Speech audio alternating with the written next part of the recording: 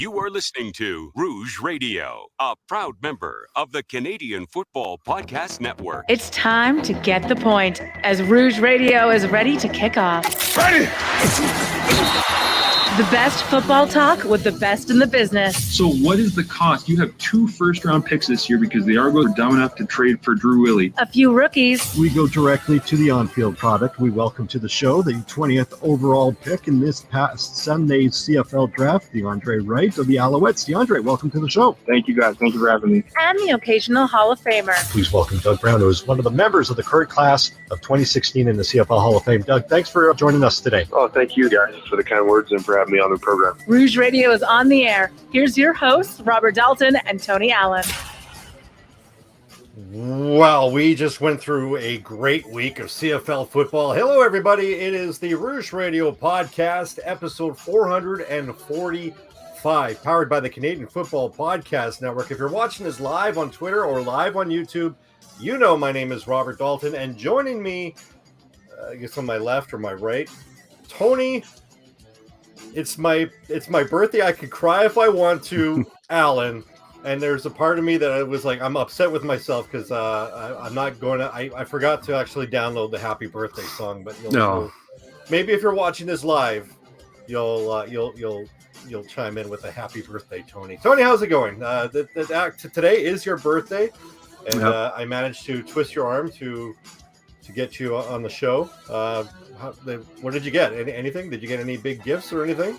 I got one thing. Actually, I got 2 things. One is just a birthday card for my sister, and the other thing is we kind of let our kids do a lot of decision making when it comes to birthdays. Sometimes we'll put our foot down, but I am basically a man child. I have a wicked Peter Pan complex.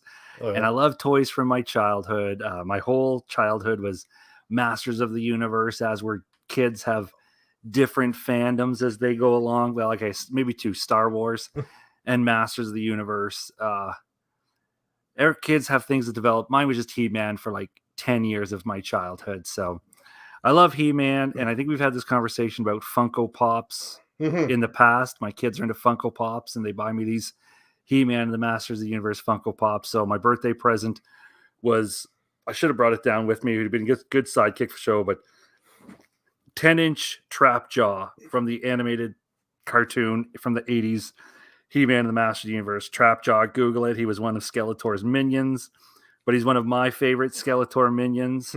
I had 2. Stratos was my favorite Master of the Universe, and Trap Jaw was my favorite minion in the Master Universe. So the kids got me this 10-inch Funko Pop of Trap Jaw, and my daughter's actually sleeping with it right now. She wanted to sleep with it like a doll in her bed. So my daughter's weird. She likes Barbies and she likes Masters of the Universe. So it's weird, but that was my whole day. That was pretty just having fun, letting the kids make a lot of the decisions. You know, you act like you want to do things, but you kind of steered in the direction of things your kids want to do. So a lot of just doing what the kids want. One was there's a video game called Fall Guys, so we played a lot of this video game called Fall Guys. I don't know what for it is.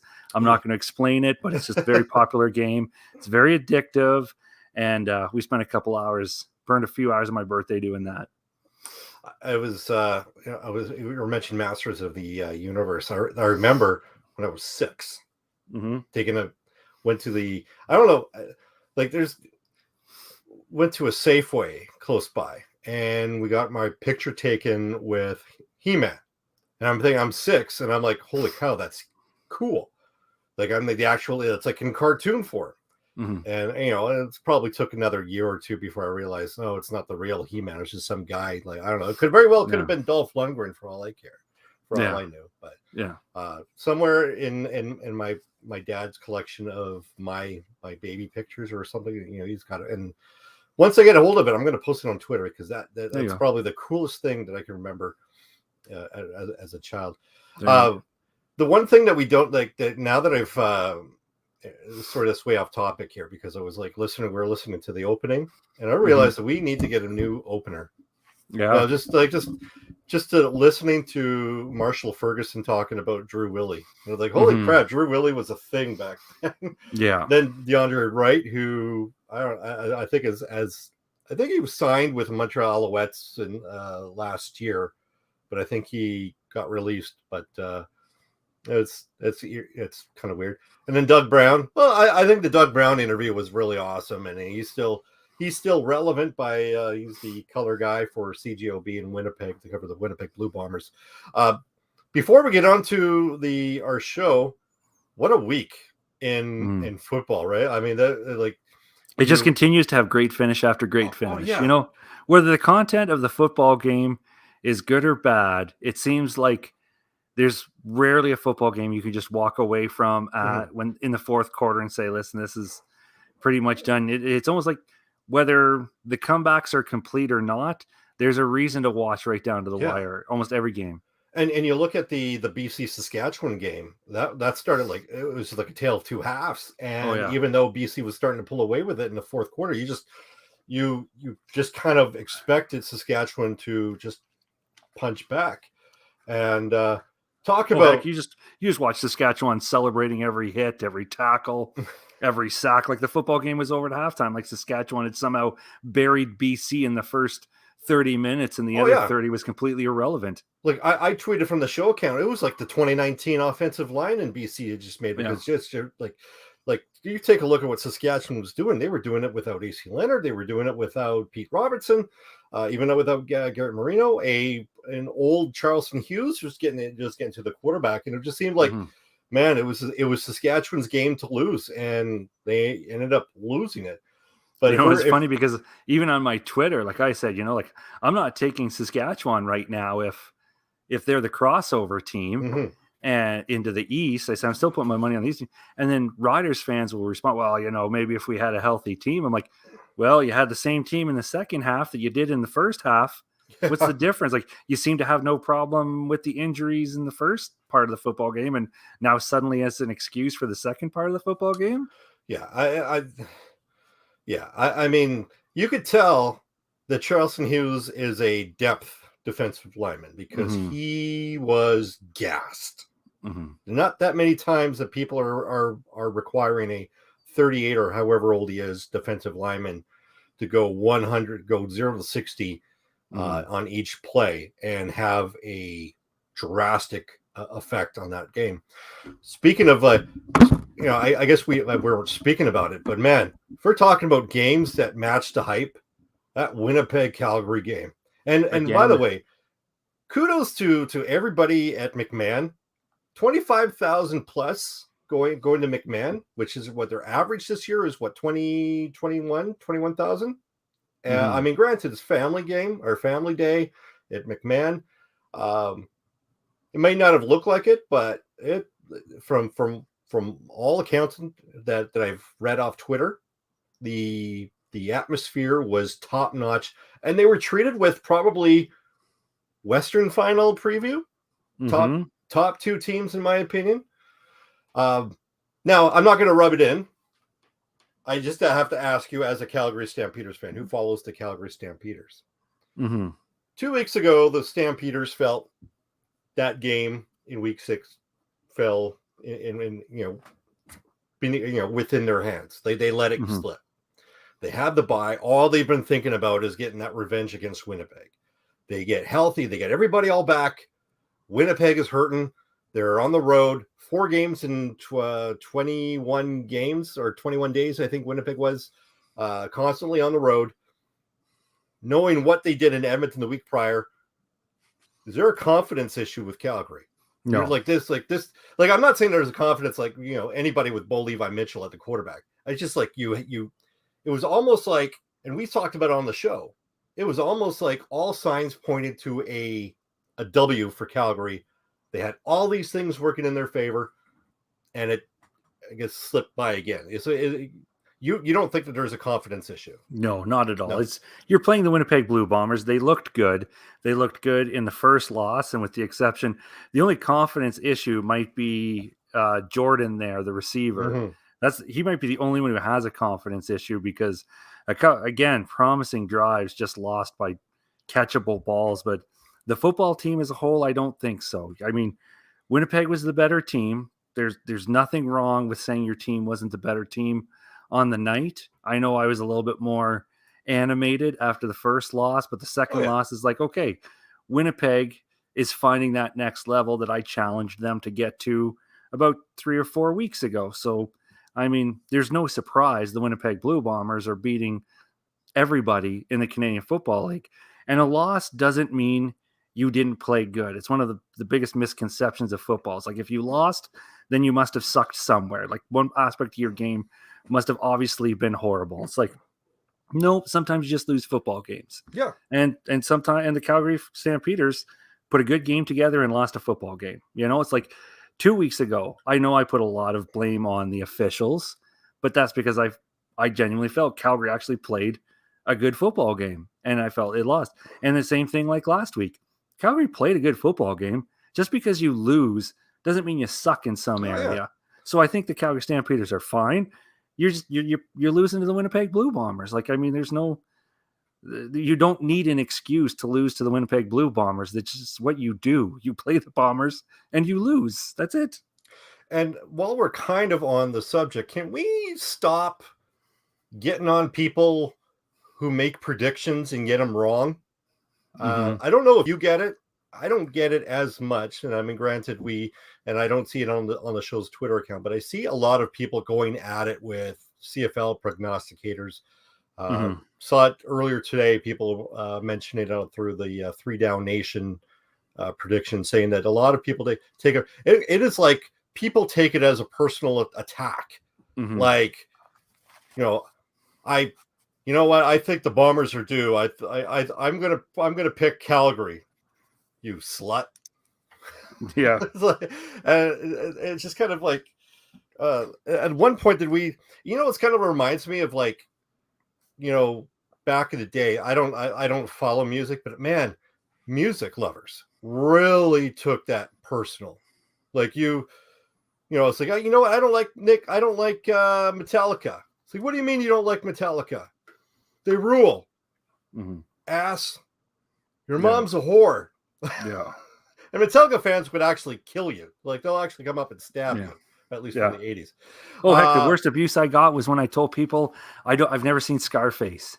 Oh my God. Have you ever told someone you've never seen Scarface? It's just like, so have you seen Scarface? No, you're worse than Hitler. You are a monster.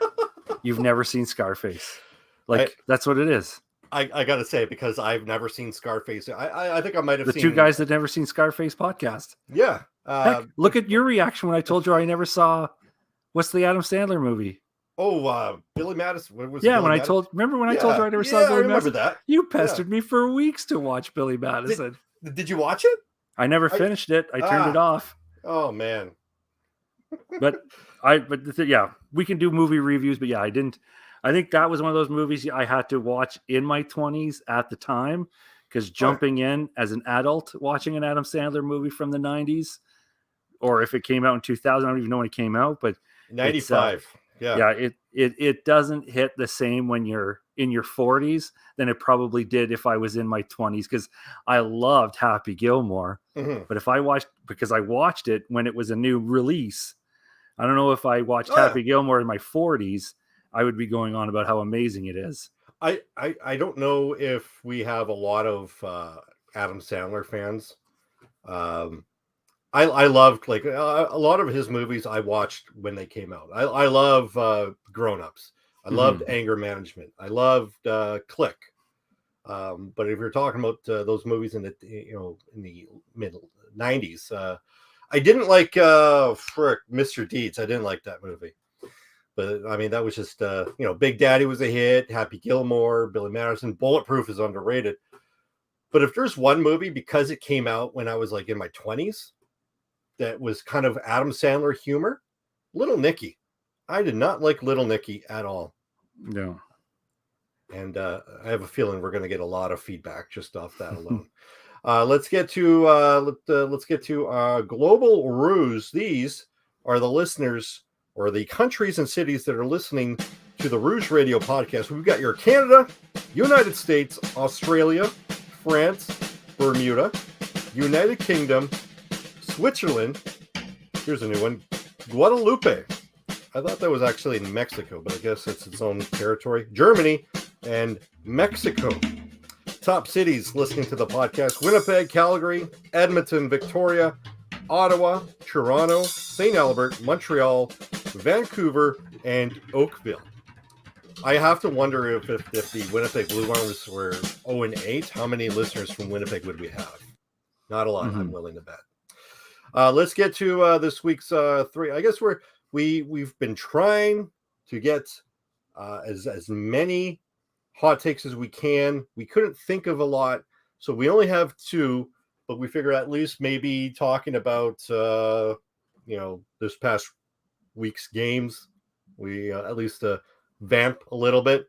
But obviously our 3 down hot takes brought to you by our friends at seatgiant.ca. Enter the promo code Rouge for discounts on tickets on sporting events or any kind of events in your area. First one, you brought this up, and I actually kind of inadvertently brought this up on Twitter earlier this afternoon. The Winnipeg Blue Bombers 8-0, and all of a sudden there's a talk about them going undefeated. When they clinch a playoff spot, which could be relatively soon. Now, when I would say probably in a couple of weeks when they clinch a playoff spot, given how the East is, because that eliminates the crossover. Do you start resting players, or do you go for history? Because I think what the Calgary Stampeders are the last team to go undefeated. I think that was when where they had 14 or 16 game seasons. But that was, I want to say, in the 30s or 40s. Yeah, it was not in modern era football. Yeah, in the modern era is never been done in the CFL. In the NFL, most recently done in 2007 by the New England Patriots. Calgary's gotten close, I think as of within the last decade, but they've never seemed to, obviously they've rested their players. So if you're Winnipeg, do you go for glory? Knowing that you're back-to-back, you probably want to get I think there's a lot of players on that team that could probably win a couple of games for Winnipeg in the latter half or latter games. But do you go for history, or do you go resting your players just like they did last year and go for a three-peat? What's your opinion? And it's tough because there's a lot of people, I think, that won't enjoy this question. They'll say it's simple. Your only purpose is to win a Grey Cup, and that's fine. But we want to have the conversation. We're a Canadian Football League podcast. We look for things to talk about to be somewhat interesting. So why not have the conversation? Why not ask yourself, okay, I'm Mike O'Shea.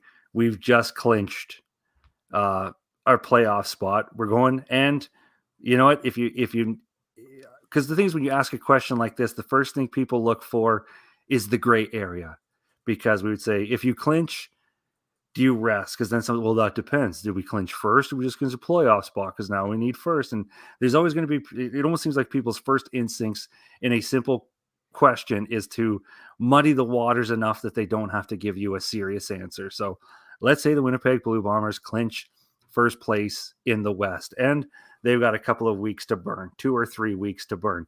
Why not have the conversation? Listen, you don't, if you three-peat, you're a legacy, whatever you want to call it. You're a dynasty. Mm-hmm.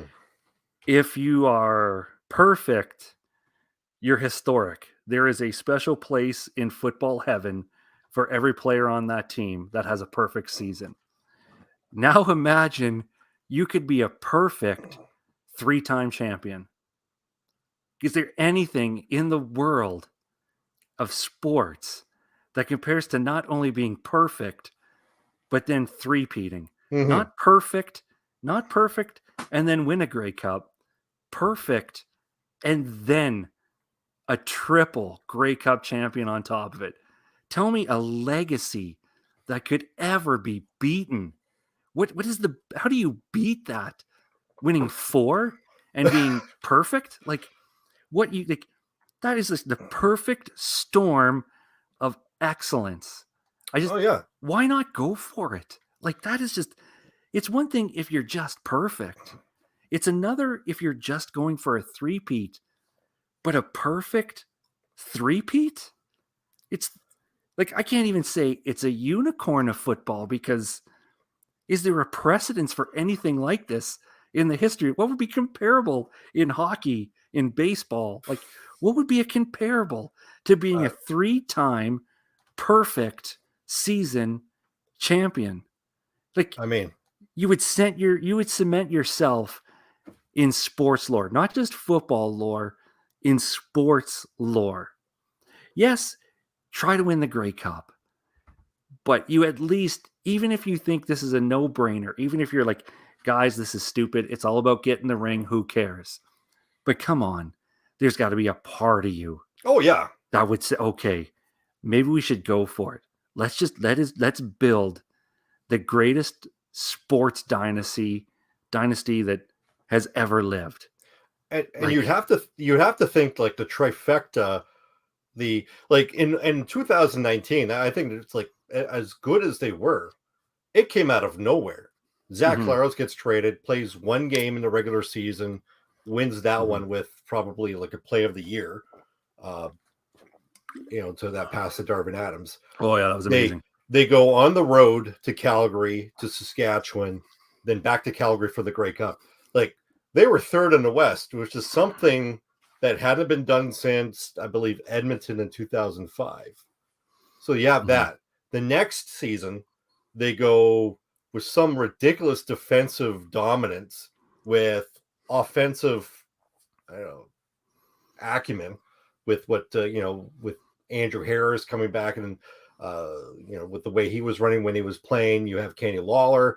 The offensive line just was keeping Zach upright. Now everybody's saying, okay, well, there's going to be some regression. Now they're 8-0. That would be if they do three-peat.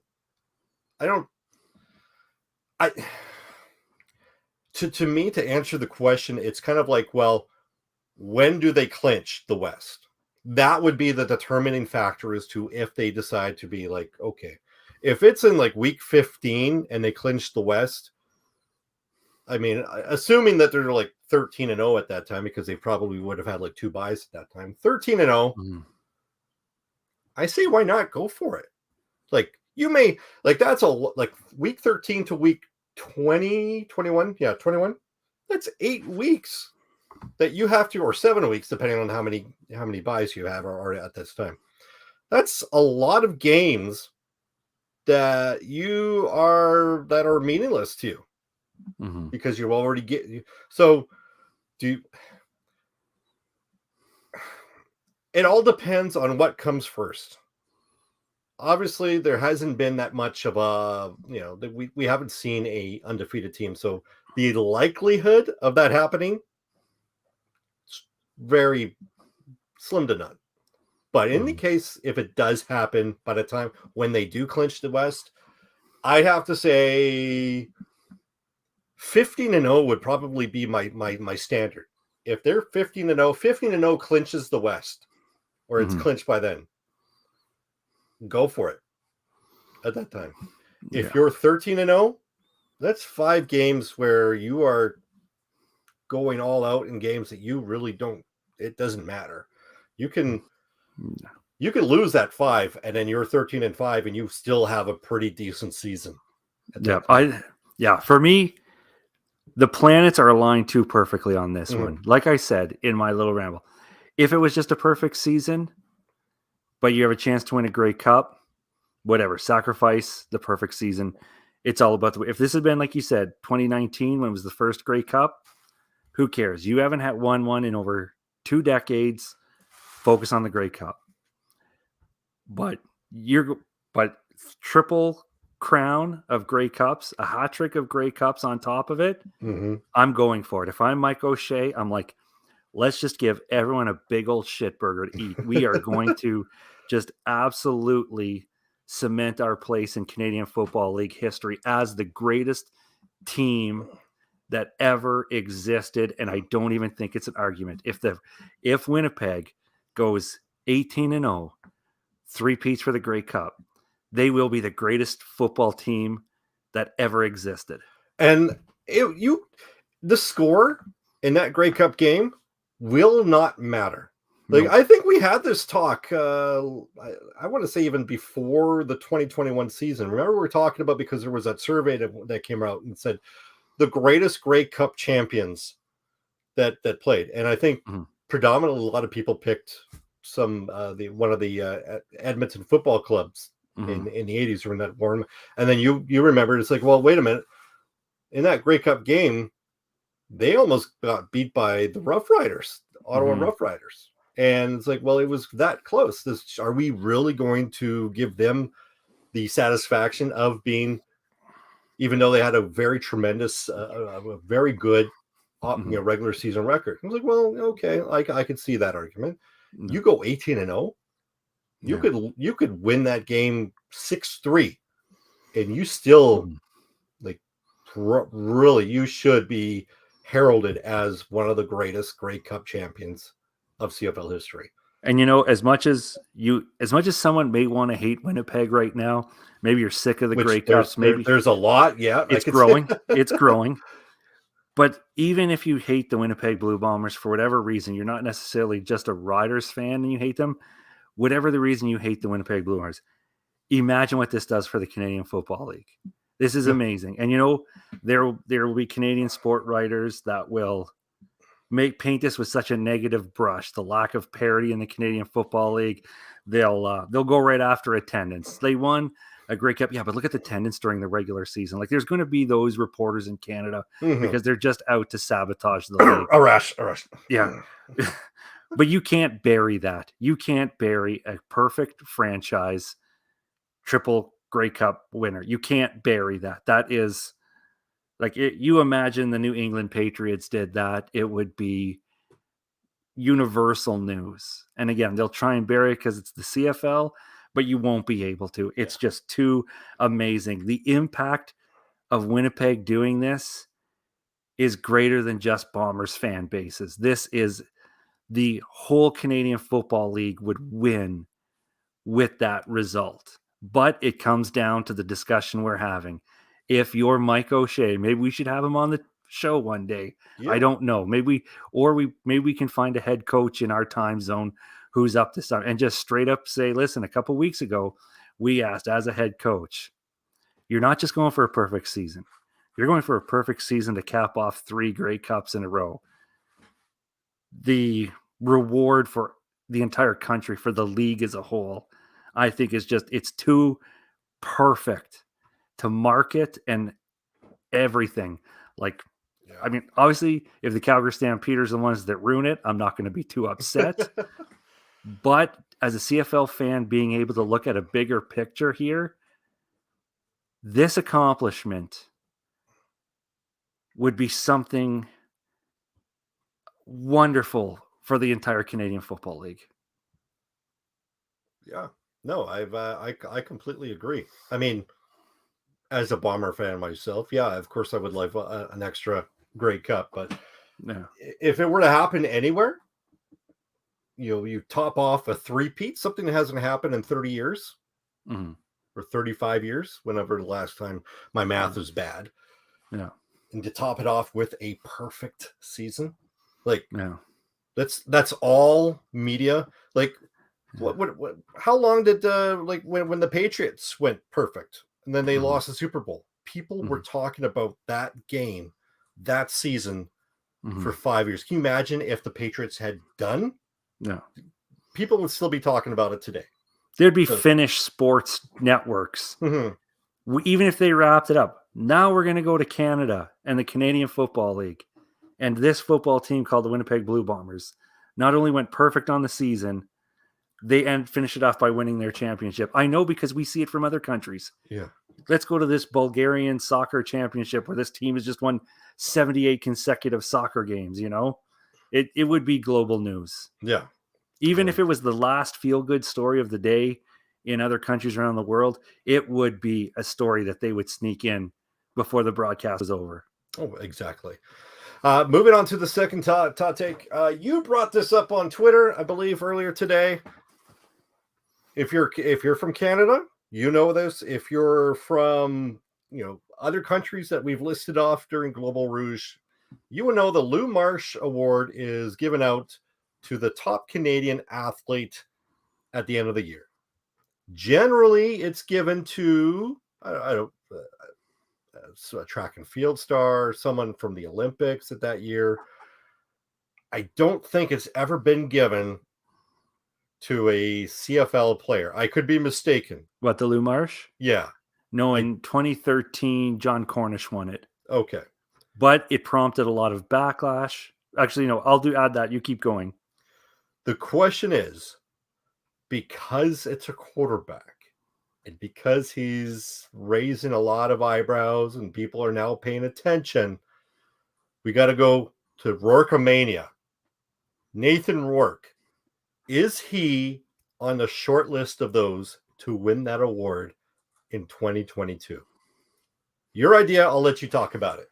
Yeah, and the thing is, I think it has to come up. And I don't care who wins. I don't care anything like that. He's in the conversation because that was essentially my cheat. He's second in the league in passing behind Kalaros, who's played two more games less, than him. Yeah, 2 less games than Kalaros, yeah. Okay, so take that, and it only, 53 passing yards? And Kalaros has 2 games in hand? Come on, that's gross. He has 16 touchdowns, which leads the Canadian Football League. Those 16 only have a 6 interception ratio to it. That's gross. That is ridiculous. And the Lou Marsh Award goes out to the greatest Canadian athlete. John Cornish did win it, I believe, in 2013. But of course, because we're Canada and our Canadian media is generally an embarrassment and a failure to the CFL, they cheerlead everything except the Canadian Football League. Then they need to be neutral. Listen, I would love to be a cheerleader for CFL, but I'm a journalist. I have to be neutral. And whatever. And yes, there's a lot of good candidates. Let's be honest. Look at the Canadian men's national soccer team. Alphonso Davies alone. They're going to the World Cup of Soccer for the first time since 1986. I'm not saying Nathan Rourke is greater than that. Brooke Henderson is dominating women's golf tour. She's an absolutely fantastic candidate, and she's won the Lou Marsh in the past. But you're talking about a Canadian now playing a position a Canadian was never supposed to succeed at and is never supposed to succeed at. And not only is he successful, he is dominating in that position. Yes, he's got to win. Again, it's against the winner. He's got a loss, and it's against the Winnipeg Blue Bombers. Again, you do not suck because you lose to the Winnipeg Blue Bombers. He is everything the Canadian Football League has wanted. He's a great reason to fall in love with the Canadian Football League. If you need a team to watch, why not pick this football team with a Canadian quarterback that's doing an amazing thing? And again, Canadian media is going to say, well, it should go to somebody who represents Canada to the world. There's nothing in the description of the Lou Marsh Awards that I looked up today that says it has to make an impact in the name of Canada on the world of sports. For a lot of guys like Arash Madani and Toronto sports writers, being a successful Canadian means impressing Americans, because to a lot of Canadians, that's what success is. If America likes us, we must be a success. If we like us, there apparently is no pride in that. We have to make sure Americans love us so that way we can feel some sort of self-worth. So that whole Nathan Rourke isn't playing a sport on the world stage to make Canada look better. I think that is just a garbage excuse and justification for not supporting your own country and your own league. Will he win it? Probably not. Let's be honest.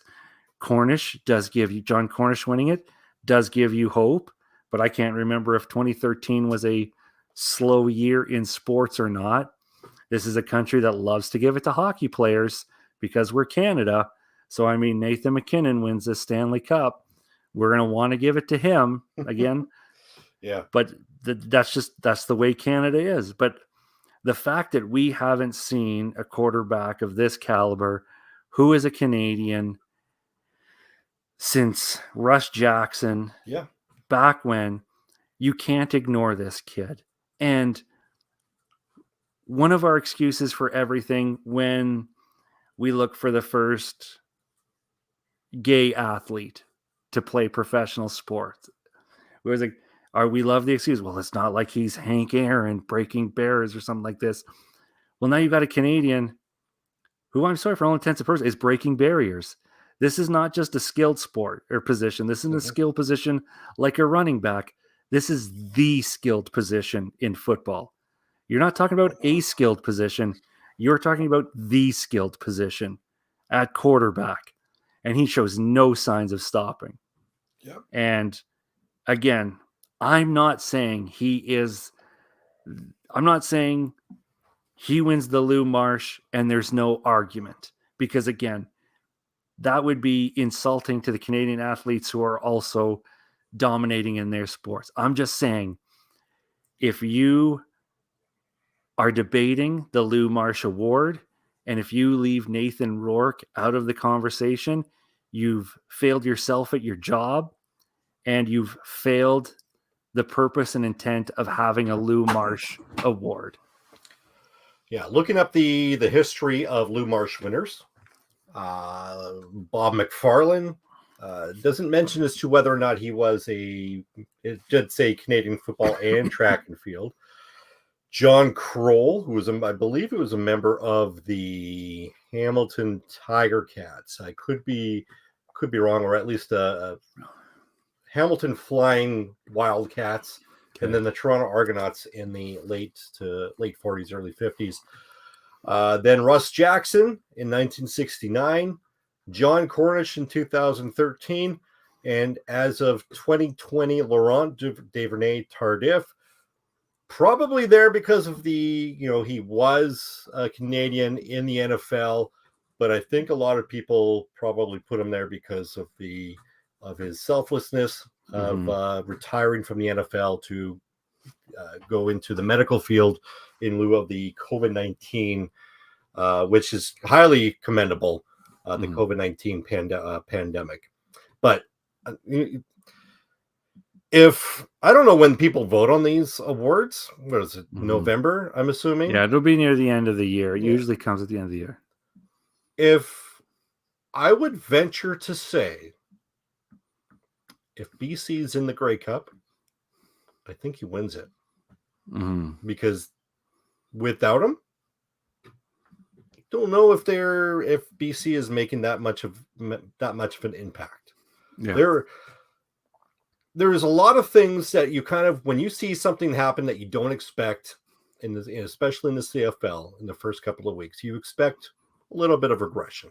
We saw that with I'm trying to think about Drew Willie. Right? We saw him in 2014 go 3-0, and then boom, bust right away. There's the Alouettes have a plethora of quarterbacks who everybody was gung ho about. Boom, they after 5 games they're not even a thing. I think there's a lot of people that kind of expect the same thing, and it's just not happening. Yeah, they got slaughtered by Winnipeg. They lost by 22, I think. Quick math, and he just comes back to next week, just as if that never happened. That's crazy. I would venture to say that. I would say as of now, he's probably on the top 3 of, and this is someone who probably does not even pay attention to the voters, but we've never seen, at least recently in the CFL, to tell us that, a Lou Marsh candidate could come from the CFL. I think a candidate will come from the CFL. It is Nathan Rourke, and I think, like I said, if BC Lions are in the Grey Cup, he wins it. That's my bold prediction. We don't have a 3-down hot take, so we're this is kind of a segue because it's like the Nathan Rourke, but I'll play the theme anyway to make Tony happy. Oh my God, number 1. Seinfeld, you magnificent bastard. Tony Allen, is there any guess? Is there any wonder? Is there any inquiry? Who's grabbed your attention for this week's magnificent bastard? Yeah, I don't know if I've picked him in the past. I think I'm going off the grid here a bit, but the Saskatchewan Roughriders had a 17-5 lead on the BC Lions, and it looked like Saskatchewan was going to have a great game. It looked like it just dominated. Then BC puts up 13 points. Then they put up another 18 points in the second half. Don't give up a single point to the Saskatchewan Roughriders, and having an absolutely fantastic afternoon. This Canadian kid from BC on top of it, playing for his home province. All he does is put up 336 yards, 2 touchdowns, no interceptions at all, out of nowhere. I feel like I'm going out on a limb here. I mean, I'm shocking and on here, but I got to take Nathan Rourke for an absolutely amazing performance and doing Canada and BC proud. Nathan Rourke, you magnificent bastard. And you know what's crazy about that night? What? That majority of that production, as you said, was in 2.5 quarters. Yeah. 81.8 completion percentage. That is disgusting. I know, this kid is just, I don't know. The only frustrating thing with Canada right now is we are not blowing the tires off of this kid in public, like all over the place. This kid should be all over advertising. Why isn't this kid selling me Top Dogs right now and Dempster's loaves of bread? And why isn't GoDaddy having this? Like, this kid should be all over Canadian marketing right now. We are not pumping this kid's tires enough. Like, we should be milking this cash cow for everything right now while we've got a Canadian doing what he's doing. But again, all I'm ending, like, I need to stop because I'm just going to circle back on what we just talked about. I'm talking about how amazing he is. So congratulations. Maybe the second magnificent bastard I've given him since he made his debut last season. I don't know. I'd have to check my records, but either way, undisputed magnificent bastard this week. There we go. I believe it's his fourth of the year, I think. All right. Or it might have been third. I don't know. I just kind of assume that when he's on the bye, he has no chance. Of course, he might have. If even when he's on the bye, I imagine he's out somewhere saving puppies. Yeah, he's rescuing firemen from burning buildings. Oh, he's like the guy saving your girlfriend from the back alley of being mugged by 5 guys. Exactly. Let's get to the week 9 predictions. This part of the program sponsored by our friends at manscaped.com. Enter the promo code Rouge at manscaped.com. Get 20% off free shipping with the code Rouge at manscaped.com. That's 20% off with free shipping, worldwide shipping at manscaped.com. Use the code Rouge. Unlock your confidence and always use the right tools for the job with Manscaped. And as we always say, your balls will thank you. Week 9 starts on Thursday. The Winnipeg Blue Bombers are in Montreal. We talked about this. I assume because we've already talked about the perception and the possibility of going undefeated with a 3-peat. I have a feeling I know where you're going to go with that one, but explain to me why you are going to be predicting the Winnipeg Blue Bombers win in Montreal on Thursday. Tony. I just think it's just simple footballonomics. Is that I'll make up a word, footballonomics. It's the title of our podcast, by the way, footballonomics. Yes. I love when we just make this stuff up on the fly. But here, actually, I do want to open by saying this. I feel like I don't know if I need to eat crow when it comes to Trevor Harris, but I'm going to reel back some of the nasty things I've said about him this season on the podcast because he's looked okay. He doesn't look like a world beater. He doesn't look like the savior in Montreal, but I watch him play and he's doing pretty good. Obviously they didn't win, but you know what? They look like they had a chance. And maybe this is more emotional than it is logical, but Montreal should have won the football game, and Trevor Harris put him in a chance to do it. The first was the field goal they didn't take, which was awful. That's awful a coaching decision. Yeah. That was awful. That's not Trevor Harris. I can't blame him. He put them in field goal position, and with the time they had left, and I've made the same criticism about the Calgary Stampeders. So I don't like that play. So don't come back to me and say, Tony, you're just saying that because it didn't work. No, I vividly remember me making this prediction on several occasions. You take points. I almost feel like it was word for word at the time when the Stampeders did it too. You had time on the clock. There was no reason to go on third down, and you needed the points regardless.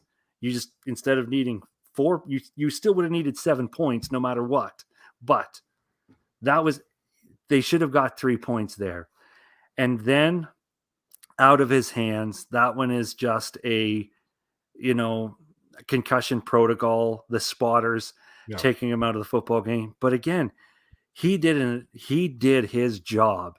He got Montreal down the field again with a chance to tie that football game.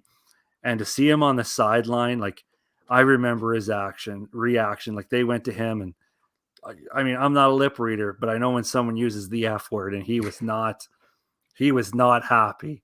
And maybe this is more on an emotional side, but that was just, it was too, he did enough. And I wish he had a chance. I wish they had given him a chance to succeed instead of the way it ended up, because I think Trevor Harris could have won that football game, not single-handedly, because a lot of players on Montreal made the plays to make that happen. Yeah. But he would have, I think, if not for the concussion spotter, which is, again, this could have been a third hot down take. Maybe it should have been, and I only think about it now.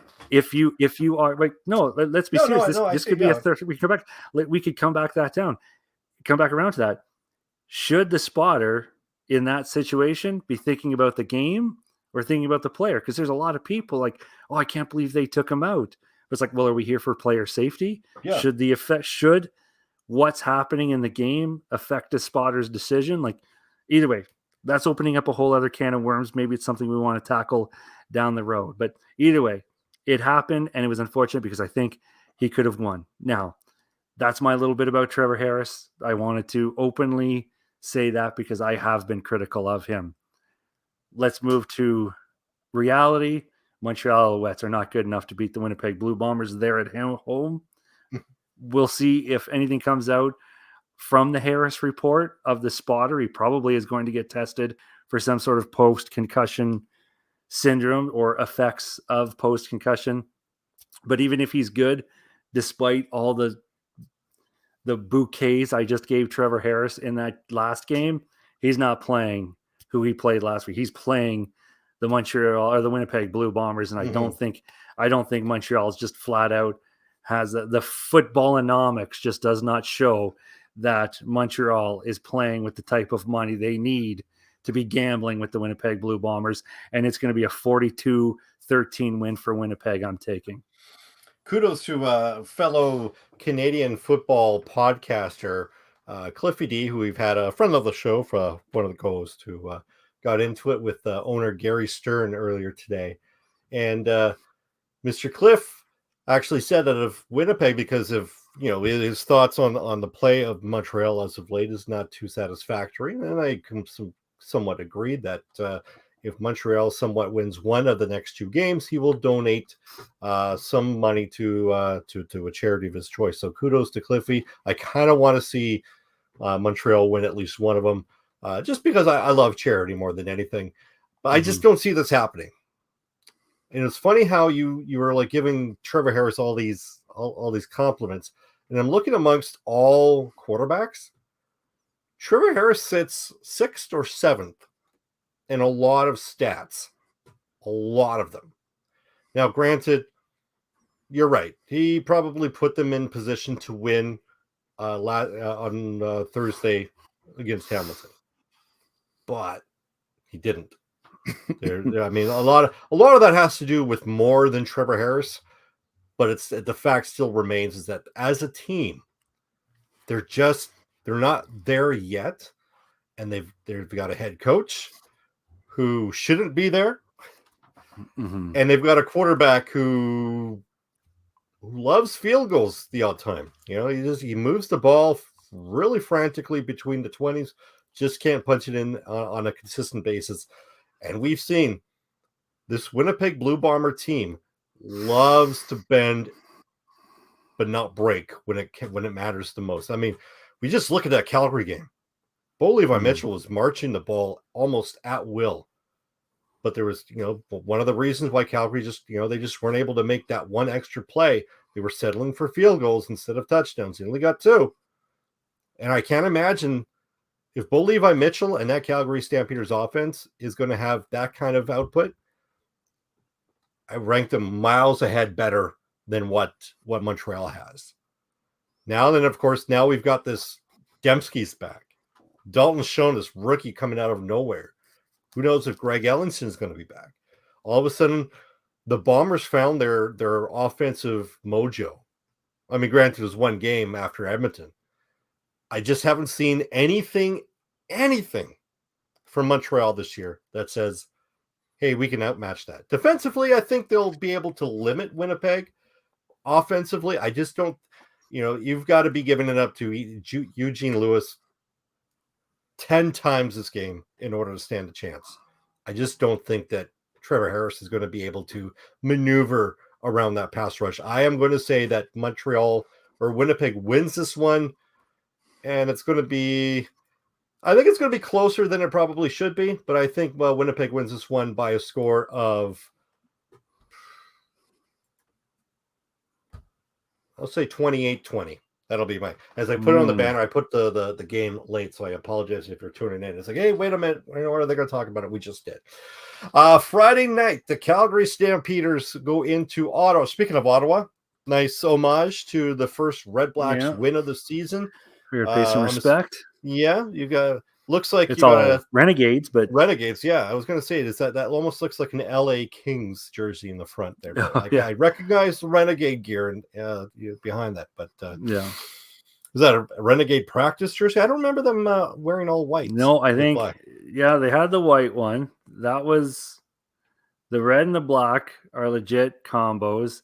This was the Canada Day long third jersey that the Renegades had.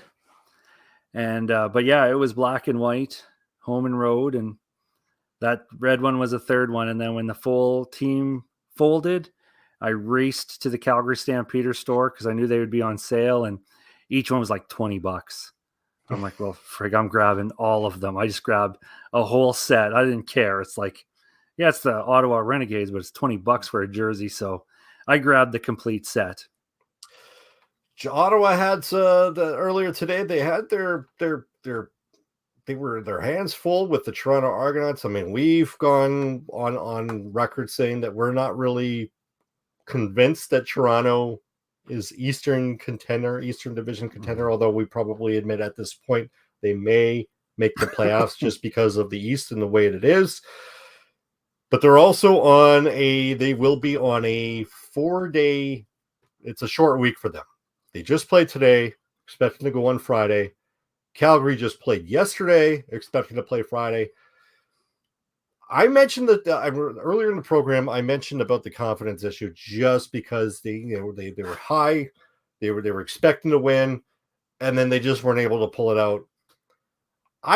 This is a game where I kind of expect Ottawa to come out of the gate hard. They've got the emotional winning on the road.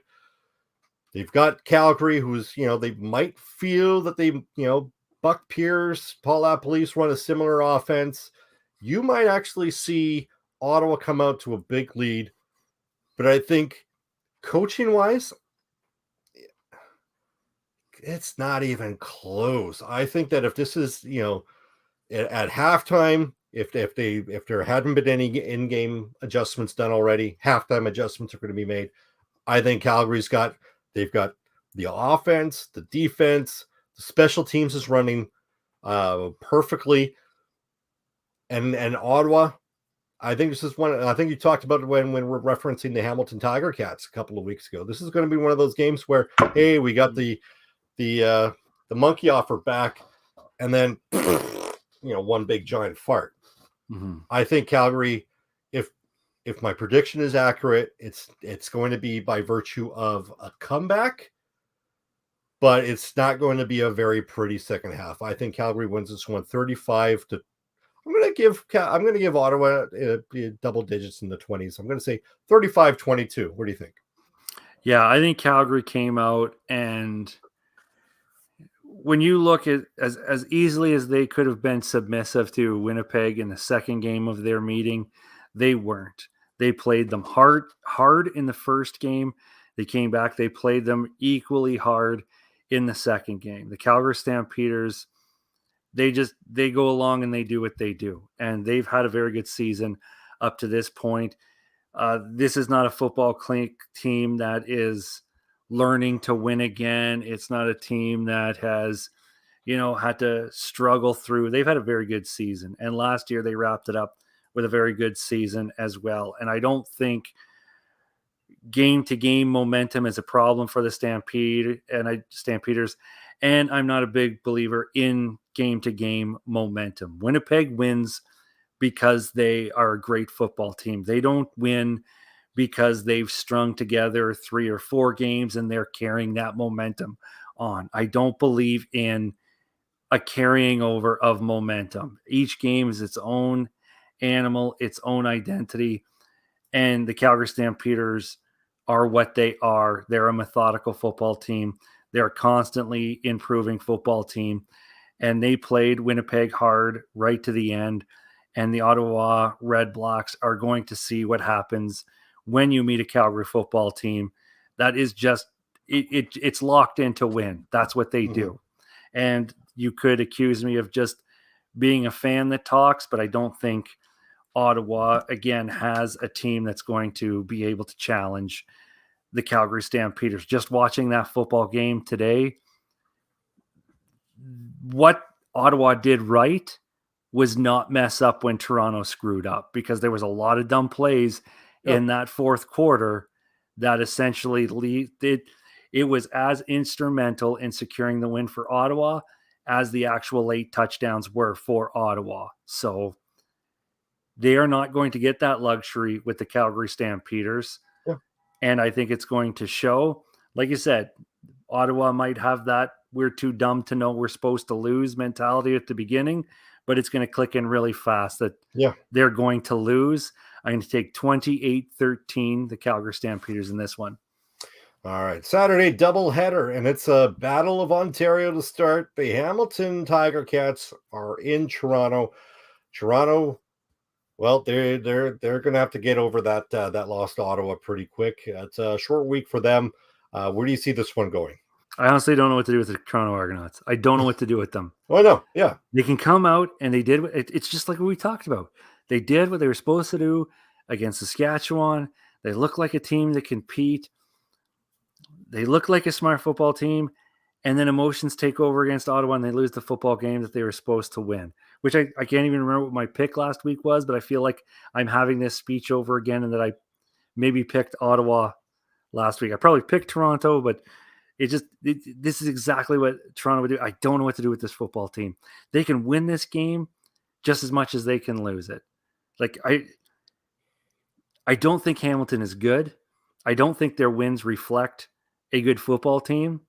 They did not beat teams that necessitate that win. And I think even 2 wins for the Hamilton Tiger Cats right now is flattering, because they could have easily lost as well. Like, Hamilton is not good, and I don't want to pick them, but Toronto is not consistent enough for me to flat out confidently pick the Argonauts to win, because I don't think the Tiger Cats will win this game.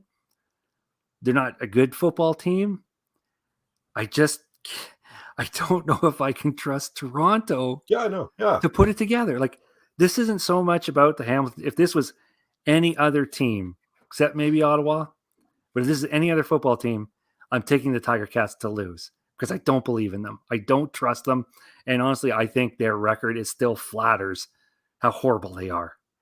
And I want to pick Toronto, but for whatever, I don't know what to do with this Argonauts team. I'm going to pick the Tiger Cats to win 21-17, but I do that with absolutely no confidence whatsoever. Oh, yeah. I was going to say almost ditto. Yeah. As bad as Hamilton has been, I almost think that Hamilton is a little bit more consistent than Toronto. Like, Toronto is like really like they made some very strange decisions against a Saskatchewan team last week that they should have handled pretty easily. And they allowed Saskatchewan to be in there until the latter stages. Hamilton, at least you could say, well, okay, well, they sucked here. They made a bad play here, but it's somewhat consistent. I think on that alone, Whoops. I think they match up perfectly with Toronto more than anything. Well, this is awkward. Why? Now it's just me. I almost feel like I should log off. But you can't. I can hear you.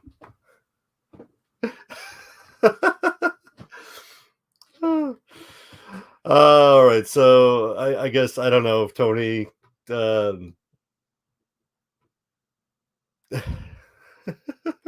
Well, Tony left, so I honestly don't know where he is. This is going to be awkward. I'm actually just looking at myself, so hopefully maybe he'll come back.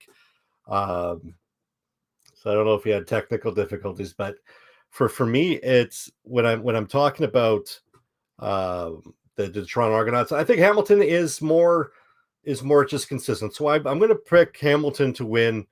I'm going to have them winning. It's a low scoring affair, just like Tony suggested, but I'm going to say Hamilton wins this one 22-15. And as Tony is back. There we go. You lost got the feed. We lost the feed. Well, I still had you. I was listening to you. Oh, really? I went black. So, okay. All right. So we went through the Hamilton and Toronto game. Last game of the week, the Edmonton Elks go into BC. And I feel that BC has a lot of home games for some reason. And is in Edmonton coming off the bye. We talked about ad nauseum, or at least CFL and TSN talked about how Calgary record post bye. I don't know what Edmonton's record is, and it just probably doesn't seem to be good. And I don't like their chances going into BC. Well rested, sure, they're getting healthier.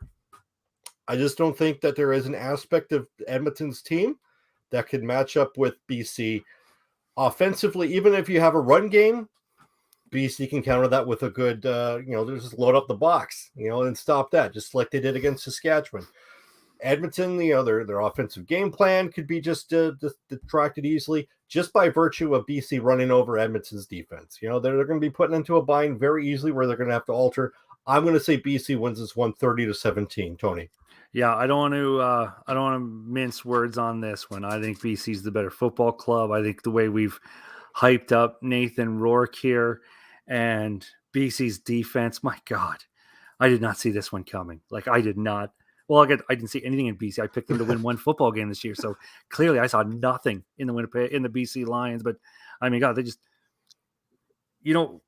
Saskatchewan is a good team, a nice 500 football team. They're not a bad football team, but I mean, you shut them out for a whole half of football after they came out very strong, and then the BC's defense just shut the door on them. I'm sorry, but Edmonton does not have what it takes there. It is the same CFL. Stranger things have happened. Edmonton can get points. There could be wonky plays that the CFL, there could be very CFL-y play that ends up with some bonus points. 15 Rouges, I believe. 15 Rouges. Yeah, there'll be a lot of singles. Here's the thing. And I'll even give the Elks a garbage time touchdown, just something that kills like 8 minutes on the clock. The BC's defense doesn't care. Plus minus doesn't matter to them, and in points for, points against, it's whatever. We'll give up one touchdown, but you're going to need to use 8 minutes of the clock to get it. So, I mean, this might end up being a score that flatters the Elks a little bit, but in no way do I think this derails this great season that the BC Lions have put together. 37-24 as Nathan Rourke continues his domination, his breakout season, whatever you want to call it, his look at me year continues in the Canadian Football League. Rourke-mania is running wild. I kind of talked off before we jumped on. Saskatchewan Roughriders have the season series as it is over Edmonton by 10 points. The Edmonton Elks or Saskatchewan's on the bye this week, so you don't have to worry about them this week. I believe Edmonton and Saskatchewan play next week. If Edmonton somehow upsets BC, then beats Saskatchewan by 11 or more points, at that time they'll have the tiebreaker, therefore putting Saskatchewan below 500 and into 5th place in the West. Like, legit, this is a possibility. And if you're a Rider fan and you think that could happen, my God, you better get in contact with your GM and say, fix this offensive line quick, because we are 2 weeks away from that happening. Now, that's chaos Dalt's talking. Realistic Dalt says that Edmonton has no chance, and Saskatchewan's going to get by against Edmonton the week after that. But wouldn't it be fun? Footballonomics 101 would say that is a possibility. Well, but that'll wrap CFL, but the CFL in 2022, the way we've been going, tells you maybe it's an option. Yeah, there we go. Footballonomics, that's the title of the podcast. Well, that'll wrap it up for episode 445. Again, this is powered by the Canadian Football Podcast Network. You can follow us on Twitter at Rouge Radio. You can follow myself at Rouge Daltz. Tony at Tony Rouge, as you can see it and of course you could like us and subscribe to us on all podcast apps. And of course we are available through YouTube. I recorded a trade tree earlier today, and I cannot wait to have it out later this week. So that'll be fun, dealing with the Montreal Alouettes just one more time. Tony, any final thoughts before we head off? Yeah, my final thought might end up being a little lengthy, but what led to our second hot take was a tweet I sent out about 11 hours ago. Canadian QB Nathan Rourke, only 53 passing yards behind Claros for first in the league, leads CFL in passing TDs, 16 touchdowns, just 6 INTs. Whether you like the CFL or not, he's in the Lou Marsh Award conversation. For some reason, my interactions have picked up in the last hour, and it probably has to do with the gentleman who quote tweeted it. I doubt you've been following it, but some of the responses, again, all legitimate responses, all valid responses. I'm not going to say anything negative to anyone that disagreed with my comments or had it, but we have love what Rourke is doing. I think Brooke Henderson is a better candidate. Fine. I think I even said that. Great candidate. Of course, you get the blatant talk all you want. Brooke and her sister wins it hands down. I don't know who Layla is, but when Layla wins the U.S. Open, nobody gonna care. And just not going to care. Gonna care. What else do we have here? Coming in second is in first. Just ask Ricky Bobby. That one just made me laugh, so I had to read it. Lou Marsh Award's proven that it's a silly joke. I don't know why. It honors Canada's top talents. Maybe the people he doesn't like. Wins constantly. In a sport that, I like this response, in a sport that most journalists will say the QB is the toughest position to play, will somehow overlook this. I think I went on a mini rant on that one. Hope it's not an Olympic year. And then the only person to quote tweet it responds, and only played 6 games. Are you looking it up right now to see who? I am. I see it. Did you see who did it? One of the favorite, I guess, one of the most charismatic, most loud characters of the CFL this year, Mr. Darnell Whitehead Jr. is his real name. Lucky Whitehead. Yeah. I don't know how he found it, but obviously this tweet is spreading around, and it was enough to come across the tablet or cell phone of Lucky Whitehead, and he felt it necessary to quote tweet that one in support of his quarterback. So probably why my notifications have gone up here in the last couple minutes since he quote tweeted that one. So nice. And again, what we always talk about CFL players, you love that interaction on social media. And I didn't even I didn't even tag anything BC Lion in it. And Lucky Whitehead still found it and quote tweeted it. So I'm going to take that one as a win for today. Yeah, that's that. I'll take that as a win. Whereas a couple of days ago, I said something about Craig Dickinson, and Kyran Moore quote tweeted it saying, "Yeah, you don't know what you're talking about." Yeah. Although I'm pretty sure Lucky Whitehead probably had to Google what the Lou Marsh Award was, or he probably just didn't care and liked that it was supporting his quarterback. But either way, thanks, Mr. Whitehead, for giving me 15 minutes of fame there. You know that Tony right now he's going to have to get up early in the morning for work, but he can't. But... here's the other thing. If it hadn't been for that Lucky Whitehead, this is what was my final thought was going to be. The big social media thing is name the first player you think of when you see yada, yada, yada. So here we go. What's the first person you think of when you see those jerseys behind me? Is the answer Josh Ronick? No, Kerry Joseph. Oh, there you go. I thought maybe, I don't know if, does that count as my obscure player reference? Or did he have a couple of good enough years that he's not classified as obscure? I don't know. And where did he go after? Where did Josh Ronick go after he was a Renegade? There's your homework for the day. He went to Hamilton. Okay. Yeah, I think he went to Hamilton as a free agent during those times when Hamilton would just love to buy free agents a lot. But I mean, you know what's funny is I saw Caleb Evans throwing today, and he's got this weird way of pushing the ball. Yeah. Do you know who that reminded me of? Speaking of Hamilton, Richie Williams. That's the guy that looked like Will Smith. Yeah, okay. Yeah. Well, that'll wrap it up for episode 445. Remember, we have 450 is coming up close. You want a guest? Tag them in on Twitter, tag us, and we'll try to make it work. Kevin Glenn is an option. I would love to have Kevin Glenn. For Tony, I'm Daltz. Thanks for listening and watching, and we'll see you next week.